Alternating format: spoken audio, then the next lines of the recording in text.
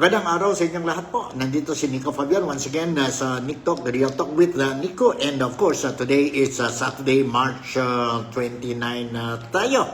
And alam ko po, busy-busy ang mga kandidato natin dyan sa Pilipinas at saka ang mga qualified voters and not even the qualified voters. Ang mga Filipinos po, busy-busy tayo po. Lending our ears, our time sa mga kandidato po as they go out and do their campaign sorties po dyan sa Pilipinas dahil po sa May 12 excuse me, dahil sa May 12 po, midterm election na po, we are going back to the poll and elect our public servants po, or public elected officials for another 3 terms and 3 years and saka para sa mga Senado, another 1 term of 6 years. So, busy-busy ang mga tao dito po o dyan po sa Pilipinas and kami po dito sa Malaysia, Sabah, Kota Kinabalu, we are also busy and very, sabihin natin, hungry, no? Hungry of updates regarding ang political activities dyan sa Pilipinas. Anyway, mayroon tayong mga topics ngayon to discuss and medyo interesting ito. And I will be sharing with you some, sabihin natin, mga footages or video clips that I managed to record, no? Para sa inyo ito po. Para sa inyo, so that you will be able to know anong mga updates, mga updates sa political activities dyan sa Pilipinas, as well as what is happening kay Tatay Digong. Now, to start with, let me read you a story, a news article printed dyan po sa Manila, particularly ang newspaper, ang Philippine Star. Nandito po ang news article. The 45-day campaign period for local candidates begins on Friday or yesterday yun po, March 28, umpisa na po ang official 45 days campaign period sa mga local candidates. Based on the latest Commission on Election data, a total of 18,320 positions are up for election at both the national and local levels. Ibig sabihin po, total, meron tayo lahat-lahat na po, no? Vacancies para sa public positions, meron tayong 18,320. Yan ang sabi ng COMELEC. For the local posts, sa local post po, ibig sabihin local post, mga congressmen and below. For the local posts, mayroon tayo 82 seats are available for governors and vice governors, 840 for Sangguniang Panlalawigan members, 149 for city mayors and vice mayors, and 1,493 for municipal mayors and vice mayors. Ulitin ko po, for local posts, 80 for governors and vice governors, 840 for Sangguniang Panlalawigan members, 149 for city mayors and vice mayors, and 1,493 for municipal mayors and vice mayors. Meanwhile, 1,690 seats are open for Sangguniang Panglunsod members and 11,948 for Sangguniang Bayan members. Yun po ang latest number of candidates na announce po ang COMELEC o Commission on Election, no other than ang chairman natin si George Garcia. No? Yun po. So, that is the reason why busy-busy. This is the second day of the official 45 days campaign period. Nag-start po Friday or yesterday. So, yesterday nakita natin po, yung birthday yun ni Tatay Digong. Ang dami po mga rallies, solidarity rallies, prayer rallies po, organized sa Pilipinas po, no? Sa Pilipinas in support to former President Rodrigo Roa Duterte. At the same time po, busy ang mga politicians po dahil yesterday was the official start of the campaign period po for 45 days ng mga local candidates natin. Okay? Local candidates natin. So we'll be discussing. But today, I'm going to discuss, mag-specific na tayo ngayon, no? Mag-specific na tayo ngayon po. The other day, nag-umpisa ang, last February, nag-umpisa ang campaign period ng mga senatorial candidates, no? So, nag-focus tayo sa national candidates. So, now, since nag-start na ang local, so mag-umpisa na tayo po dyan sa, sabihin natin, local positions po. 45 days. And today, I will be giving you again, reminding you again, ang mga kandidato to start with po, dyan po sa Zamboanga City. Bakit sa Zamboanga City? Bakit dito po sa Mindanao? Dahil po, I strongly believe, based on my very long stay dito po sa Sabah, no?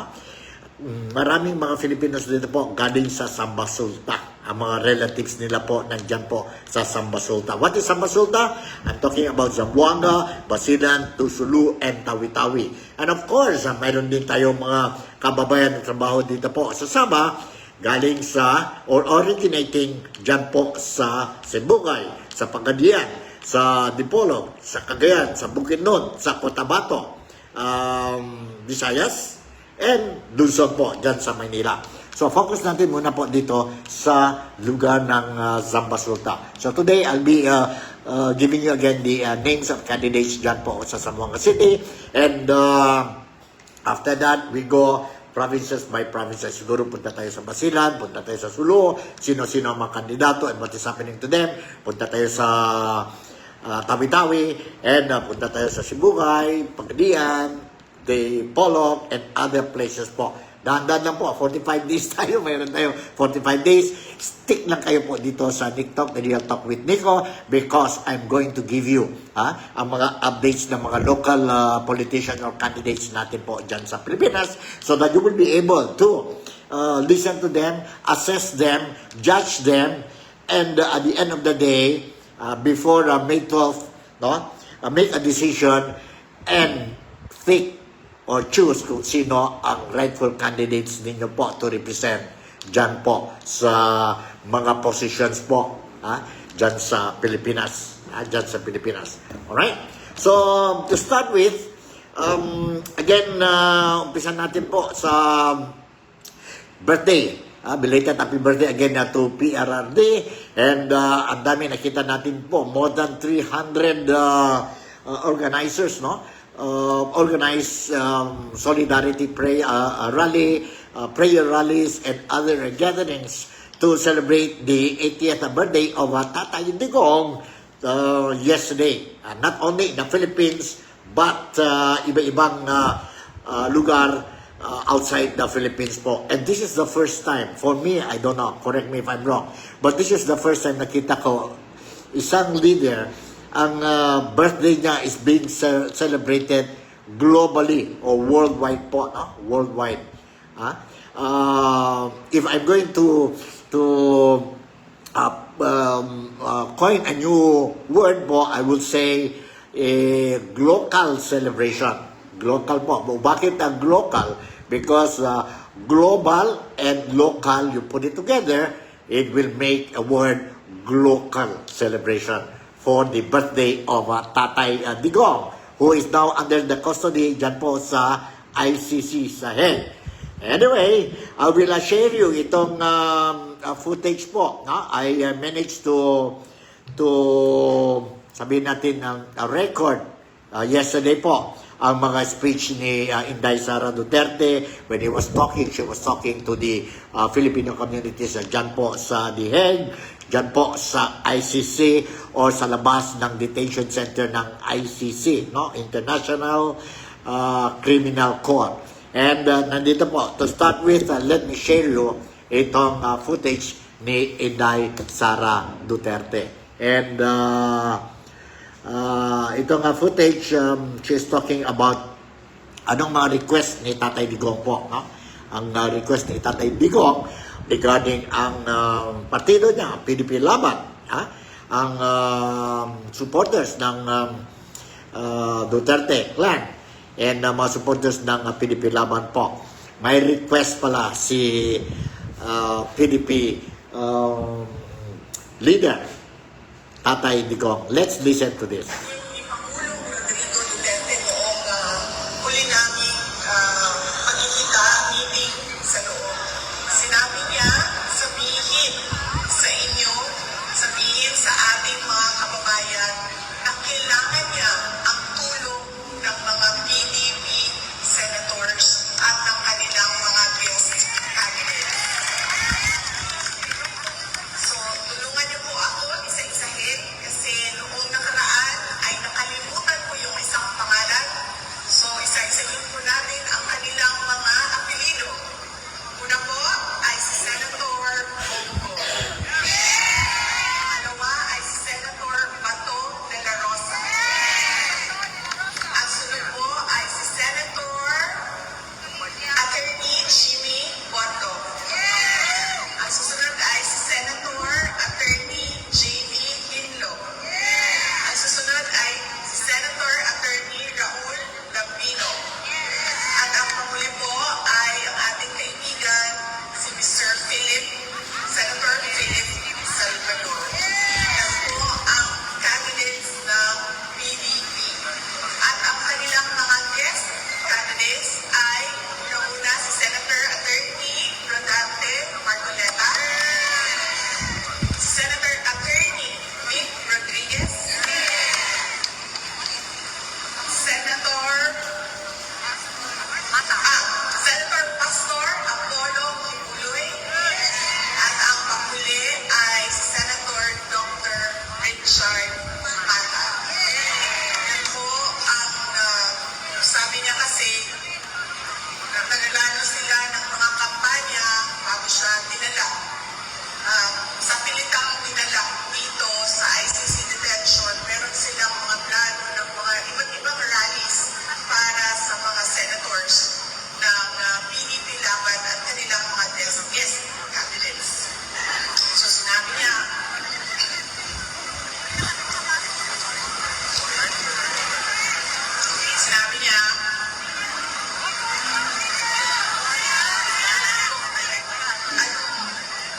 ma'am, para si PRD kung zero yun, ako Pepsi Moms.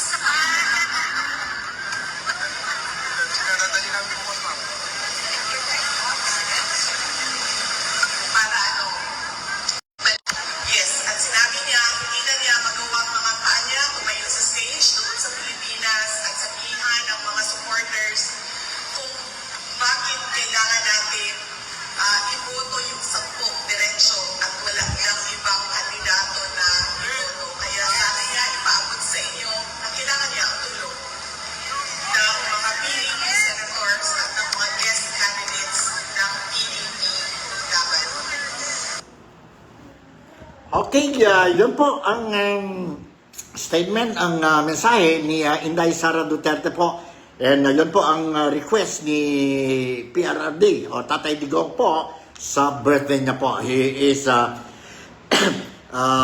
calling to the Filipinos, no? All the Filipinos voters and mga supporters niya po to support ang PDP laban candidates at saka mga guest candidates nila po for the midterm election scheduled on May 12. Sabi ni Inday Sara, yun daw ang gusto ni Tatay Digong kasi kailangan po straight vote. Lahat 9 ang mga kandidato ng PDP laban should be inside the Magic 12 at saka ang mga guest candidates nila po. So that solid ang grupo ng PDP laban po on ang bagong sabihin natin na Kongreso at saka ang bagong setup ng Senado po, no? Ang bagong setup ng Senado. So, nandito pa rin, I'll give you some, if you can hear some noises from the doggies. Meron tayo dito ang mga doggies po. Pagyan po, mga poodles natin. And, yeah, nag-away-away sila. Okay, nag-away-away sila. Alright. Let's move on sa next footage natin po. Dito, si Inday Sara and again, they're talking about si Tatay Digong. Tatay Digong po. nandito ang footage. Let's listen to this. Yan natin ang ating boto. Dahil ang mga tao na desperado ay kung ano-anong panderaya ang naiisip para lang manalo sila. Kaya kailangan daw ay pantayan natin ang ating boto at paniguraduhin natin na tama ang pagkabilang ng mga boto ng ating mga senators. So yan po ang message niya sa politika. Ang message ko naman sa kanya, sa kanyang birthday, ay pinost namin doon sa aking social media account sa Facebook. At sinabi ko doon, my warmest wishes for former President Rodrigo Duterte. My warmest birthday wishes for former President Rodrigo Duterte. And I thank him for emphasizing the value of education sa akin. And I thank him as well for teaching me resilience and courage through his exigence. Si PRD kasi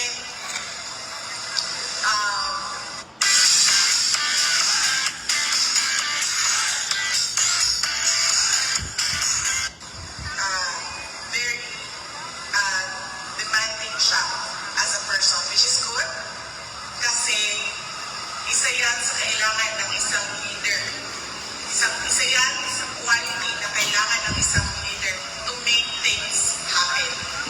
You have to be very exacting and very demanding, especially sa mga tao na katrabaho mo o kailangan kumalaw para sa trabaho mo.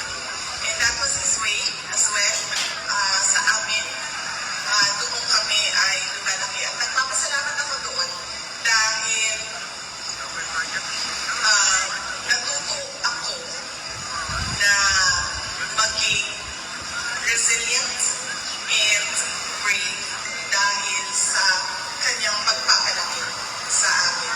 In fact, noong isang beses na magkausap kami sa loob, sabi niya sa akin, alam ko, usapan namin ang pagbisita ng aking mga kapatid. At sinabi niya sa akin, sabihan mo sila, bago sila pumasok dito, huwag silang umiyak. So yun ang mensahe niya sa kanila at sinabi ko din sa mga kapatid ko na ubusin niyo yung luha ninyo sa loob ng banyo. Pasok ninyo doon, huwag kayong umiyak.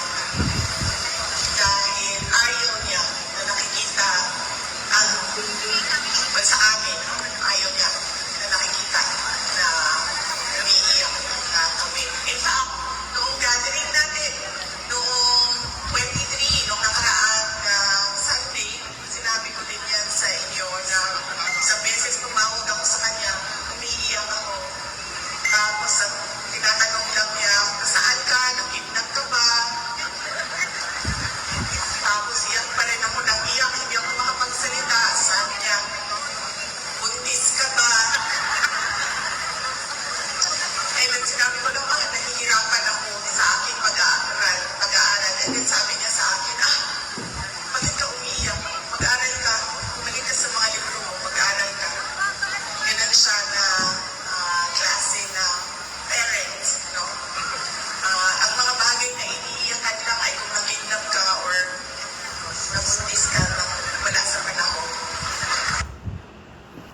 Okay, yan po si Inday Sara commenting, saying something about her father po, no? Kung paano ang tatay niya build her up and make her a well-rounded person po. And ano ng mga gusto ni Tatay Digong po. And she's thankful also, no?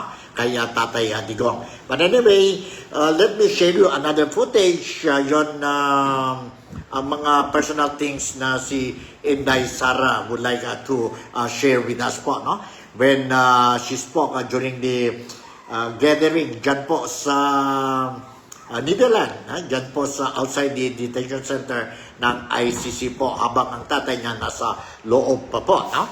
And let's listen to this. Let's listen to this. So yun ang pinagpapasalamat ko sa kanya ay yung araw ng kanyang kaarawan.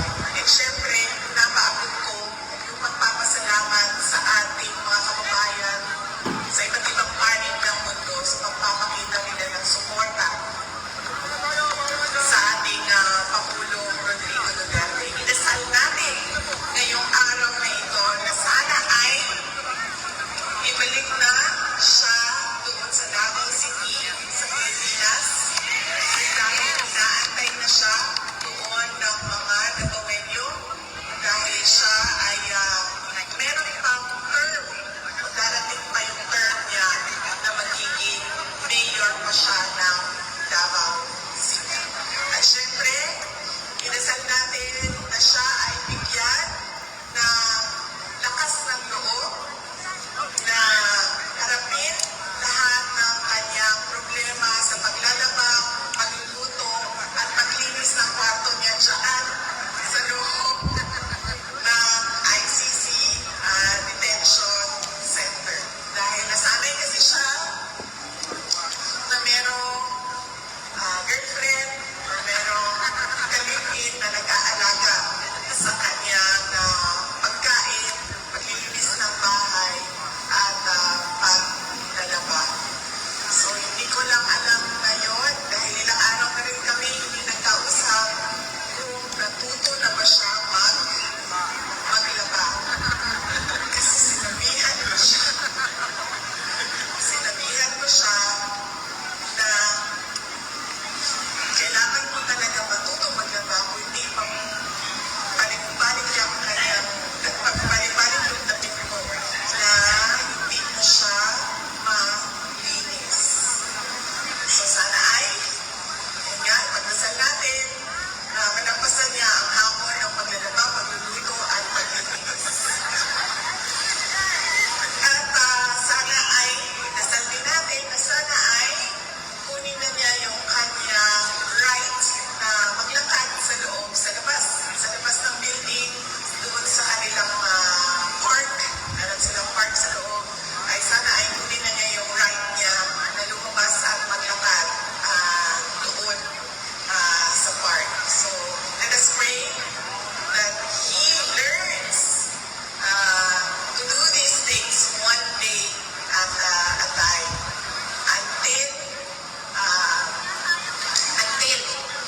kukunin na natin siya para ihatid pauwi sa Davao City at bumalik sa pagsiservisyo sa ating bayan. Noong nakaraang rally noong 23, March 23, sabi ko sa inyo, di ba, ako nag-aakot ako para sa kanya na ibalik siya sa Pilipinas dahil nakita naman natin kung ano yung kapasitan ng kanyang mga kalaban.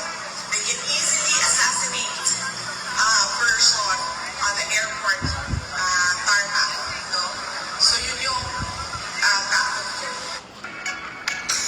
Yan po si Inday Sara Duterte, and of course very clear ang mensahe ni Tatay Digong pass to Inday Sara Duterte, and yun na po, we should for me I strongly believe that we should give our support to Tatay Digong at saka mga request niya po dahil what he is requesting is not only para sa kanya yun po, no? That is for the good of every Filipinos, and that is for the good of ang bayan natin po, Pilipinas. If we love our fellow countrymen, if we love our country, the Republic of the Philippines, then let's give full support sa mga kandidato ng PDP Laban, and of course ano natin ang mga guest candidates nila po, because itong grupo ni mga kandidato ni Tatay Digong po, no, nandyan sila po to make sure, yan man ang ano natin when Tatay Digong stepped down as the president of the Philippines, ang sigaw ng mga tao po, no? Ang sigaw ng mga tao is continuity. Continuity po, no? Kasi what Tatay Digo did was good for the country, good for the Filipinos, no? So we are shouting for continuity, and we were hoping that with the unity team between Inday Sara Duterte and Bongbong Marcos po, mayroon continuity ang project ni Tatay Digong. But it so happened, unfortunately po, hindi ito nangyari. And this is what is happening now sa Pilipinas, no? I am not saying, other things, kayo na lang bahala po to assess the situation kung okay ba ngayon ang Pilipinas o hindi po. As an example, kagaya sabi ang presidente natin, si Bongbong Marcos during the campaign period, ang presyo ng bigas will be at 20 pesos. Pero hanggang ngayon po, nothing happened. It never realized po. And nakita natin po, may mga proyekto ba? Ginawa ang present administration. Kayo nang bahala po, nandito ako sa Sabah. And although I go to the Philippines from time to time, as much as possible, if I'm not mistaken, based on my passport, parang almost every month nandiyan ako sa Pilipinas po. And I can see some differences, no, between the former administration, which is the Duterte administration, and the present administration, ang Marcos administration po. But yun po, that's how I look at it. That's my opinion. Not necessarily my opinion is also your opinion. My observation is also your observation. Hindi yan po. So, kayo nang bahala. Alright? Ano kaya ang nagsalita ng China, no? Ang China, nagsalita na one of the officials ng China tungkol itong kaso ni Tatay Digong. And we know, China and Tatay Digong are good friends din po, no? Are good friends. And let's listen to the things that China has to say po. Let's listen to this. Presidential term back in 2019, the Philippines left the International Criminal Court, so they are no longer a member of the organization. Because of this, the Philippines is not obligated to obey ICC's arrest order. However, the current president, Marcos Jr., plans to return the Philippines to the ICC.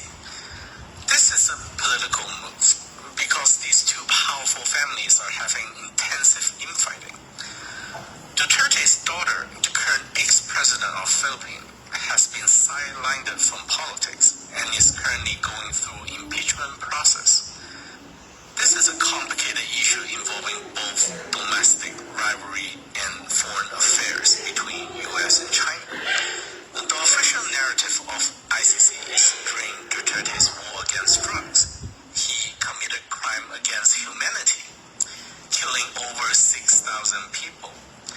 Duterte, however, insists that he did the right thing for the good of the country, and at that time must utilize harsh measurement.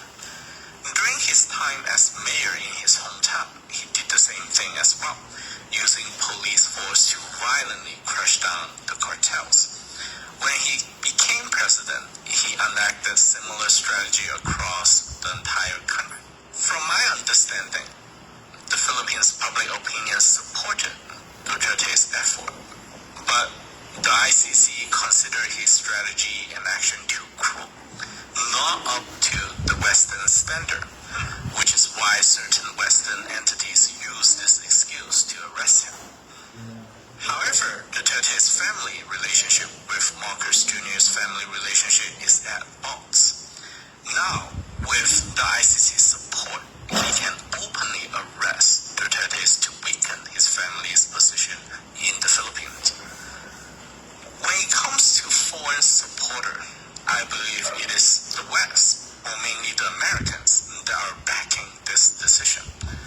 The United States is currently in a geopolitical competition with China, and during Duterte's 5 years as president, his relationship with China is pretty good, I would say. So I believe it is a way for the U.S. to punish the Philippines' ex-president, to set an example that whoever gets close to China will be punished. Of course, I do not fully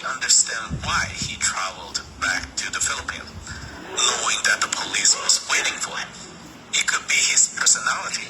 He has a lot of self-esteem and confidence. He believes that he did the right thing for his country, and he's not in the wrong. He held his head up high no matter where he goes. Or perhaps he believed he has political supporters within the country, which led him to believe that the arrest might actually strengthen his position. Let's wait and see what kind of reaction Filipinos had regarding this. China's official government response is roughly that the Philippines' internal judicial system should also get a chance to review the case. When the Philippines' judicial sentence matches the one of the ICC, it will make a more convenient case. But let's see what happens. Okay, yan po ang ang statement ng China regarding ang kaso or ang issue ni PRRD or Tatay Digong. And you all know no?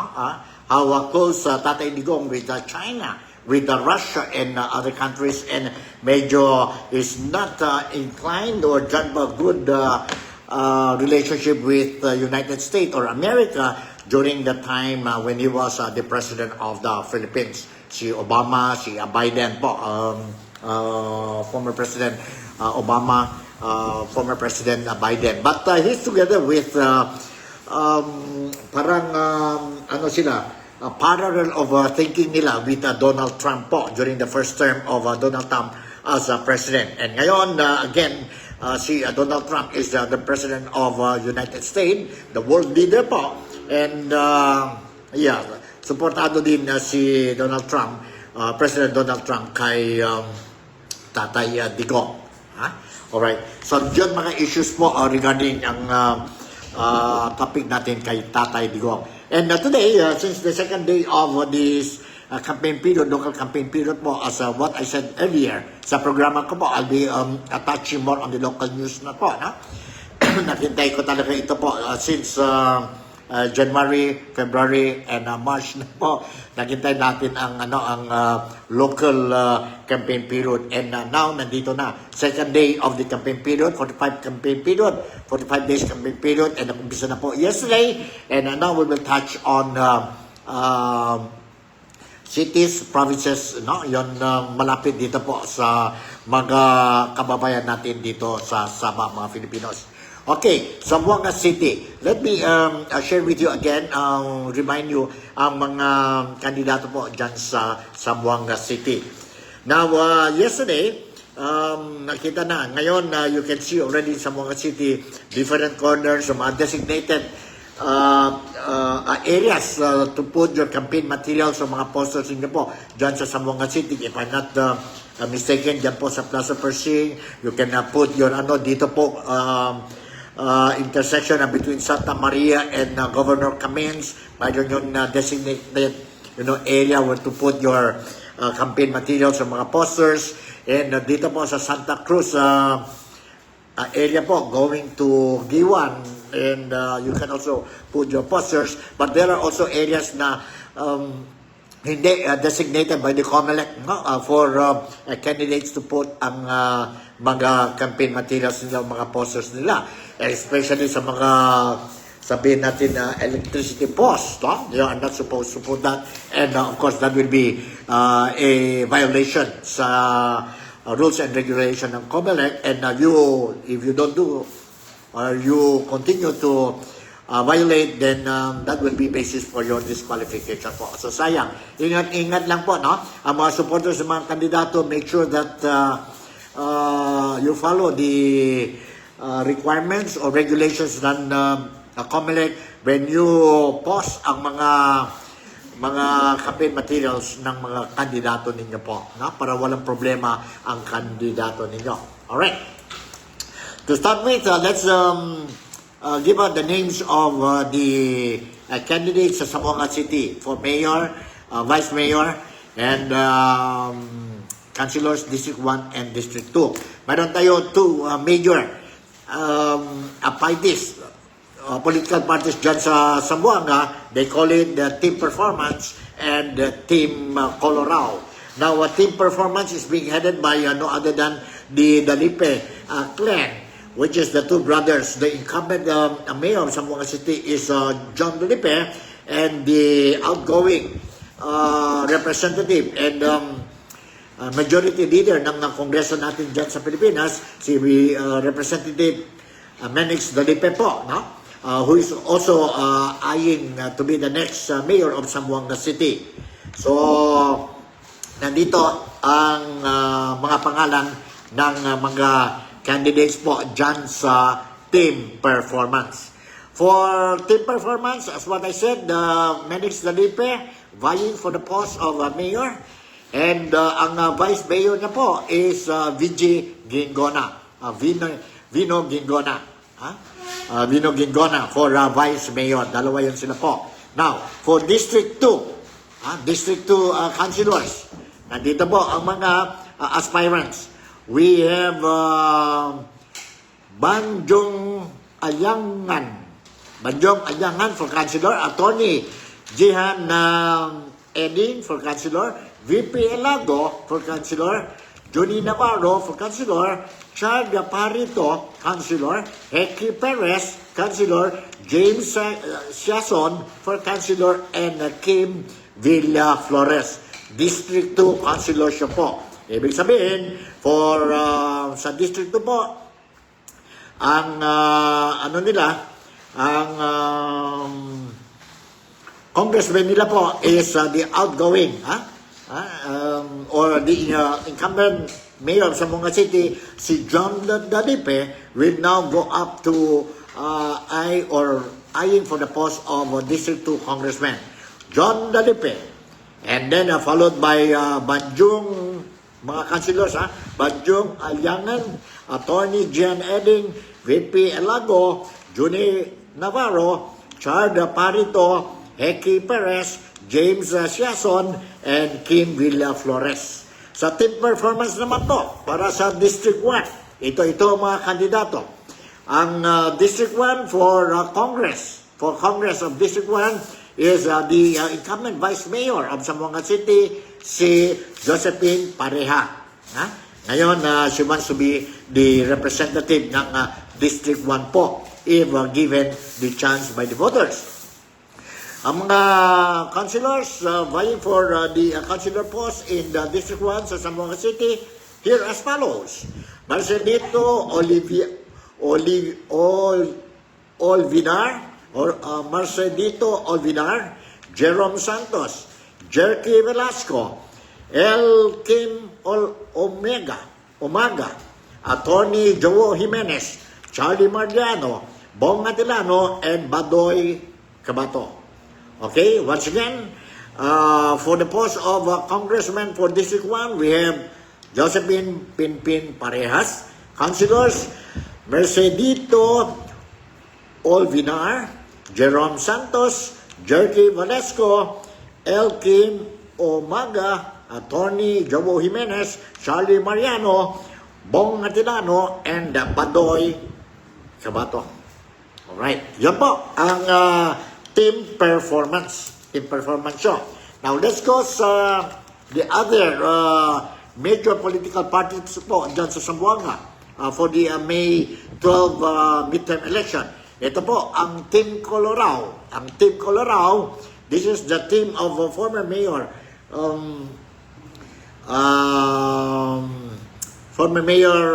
Lobregat, former Mayor Ben Climaco. Yun mga grupo nila po sa Team Colorao. Team Colorao. Okay, to start with, ito ang mga kandidato nila. For Mayor, si Kimer Olaso. Kimer Olaso is now the incumbent District 1 congressman. But he decided to go for mayoral post come May 12. So, ito po, Mayor si Kimer Olaso. Ang vice mayor niya is a former mayor and a former representative sa House of Representatives, si Ben Climaco Salazar. So, mayor and vice mayor, Olaso and Climaco. Now, for District 1, councilors sa Team Colorao, nandito po. District 1, ang congressman nila is Kaiser Olaso. I think that is the brother or brother. If not the brother, very close relation with Kimer Olaso po, no? Kimer Olaso. Yon ang congressman for District 1. Now, for councilors for District 1, we have Dan Vicente, Jackie Lim, Attorney Mel Sadain, Joel Esteban, Mike Cinco, Attorney Jad Jimenez, Attorney Gian Enriquez, and Ben Asdali. Ben Asdali. Again, I would like to repeat. Again, District 1, meron tayo Dan Vicente, Jackie Lim, Attorney Mel Sadain, Joel Esteban, Mike Cinco, Attorney Vlad Jimenez, Attorney Gian Enriquez, and Ben Asdali. Ben Asdali. Alright? So, mayroon din na tayo mga sa District 1 mga kandidato kagaya ni Matthew Hosseini. Independent ito at saka si Litlit Macrohon. Litlit Macrohon. Okay, for District 2, sa Team Colorado, ang District 2 congressman, aspiring to be a congressman sa District 2, I am referring to no other than Jerry Perez. Jerry Perez po. Jerry Perez for District 2. Mga konsehal, mga councilors, here are the names. Hannah Nuño, Albert Castillo, Eddie Saavedra, Bong Simbahon, BJ Gingona, Mary Joy Olaso, Cesar Iturralde, and Fred Atilano. Fred Atilano. So, dito yon. Again, for congressman sa District 2, ang kandidato ng Team Colorado is Jerry Perez. Councilors, Ana Nuño, Albert Castillo, Eddie Saavedra, Bong Simbahon, BJ Gingona, Mary Joy Olaso, Cesar Iturralde, and Fred Atilano. Yan po, sa District 2. Alright. Mayroon din mga kandidato po sa other candidates sa District 2. Some are independents, no? And some mga seasoned councilors na po, but they don't want to join any of these two major political parties in Zamboanga City, Team Colorado and ang Team Performance. Ito po, mga kandidato po.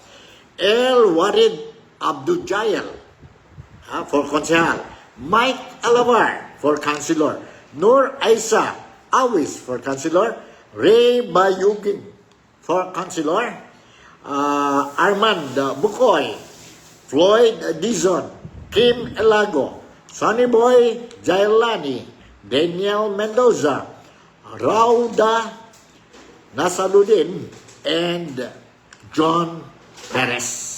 Yan po ang mga kandidato na hindi parte ng Team Colorado and Team Performance. Ulitin natin po. Ulitin natin. Al Warid Abjail, Mike Alamar, Nur Aisa Awis, Ray Bayungin. Ito si Ray Bayungin is a media man and a very good material po to be a councilor dyan po sa Zamboanga City.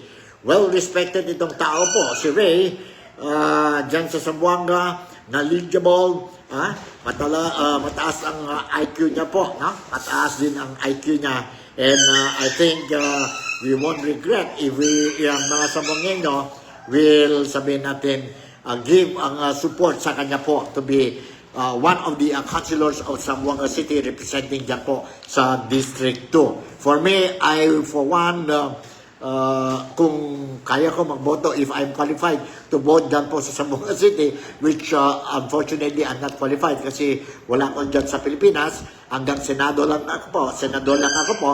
So if I were given the chance, honestly speaking, I would say that I will go for Ray Bayungin. Ang mga the rest po, kaya ni Mike Alabar, alam na natin po, apart from being my relative, alam na natin po ang mga performance nila po maganda. But if you ask me about Ray, I would say yes. Sa akin, pwede. Pwede. Okay. And then, mayroon tayo si Armand Bukoy, Floyd Dizon, Kim Elago is my classmate. Okay din ang performance niya po. Sonny Boy Jailani, he is from Tetuan. Okay din ang performance niya po. We have Daniel Mendoza, Rauda Nasaludin, and John Perez. John po ang mga kandidato. I will be sharing with you some, hindi today. I'll be sharing kasi wala na tayong time. I'll be sharing with you some of the, sabihin natin, mga footages that I will be recording po. Mga campaign sorties nila, no? Sa Zamboanga City. And of course, I will be giving you siguro by tomorrow or the day after tomorrow. I will make sure that you will be also updated kung sino-sino po ang mga kandidato dyan sa Basilan, sa Sulu, sa Tawi-Tawi, sa Bugay, sa Pagadian, Dipolog, Bukidnon, kasi nandyan yan. We can easily get the names po, and saka we can see sa mga social media, sa mga mainstream media po ang mga reports nila, and I will make sure that you will be updated po, no? Focus tayo ngayon po dyan sa local candidates na po. 45 days ito. So siguro hanggang dito na lang po ang programa natin for March 29, and today is Saturday. Sana po enjoy kayo sa weekend ninyo po, and make sure that things will go alright, no? Everything will be fine sa inyo during the weekends. So with this, once again, si Nico would like to say thank you very much for making me a part of your day today. Malaysia, Zamboanga, the Philippines, God bless us all. Take care of yourself, and let's pray for the Philippines. Bye, and see you tomorrow.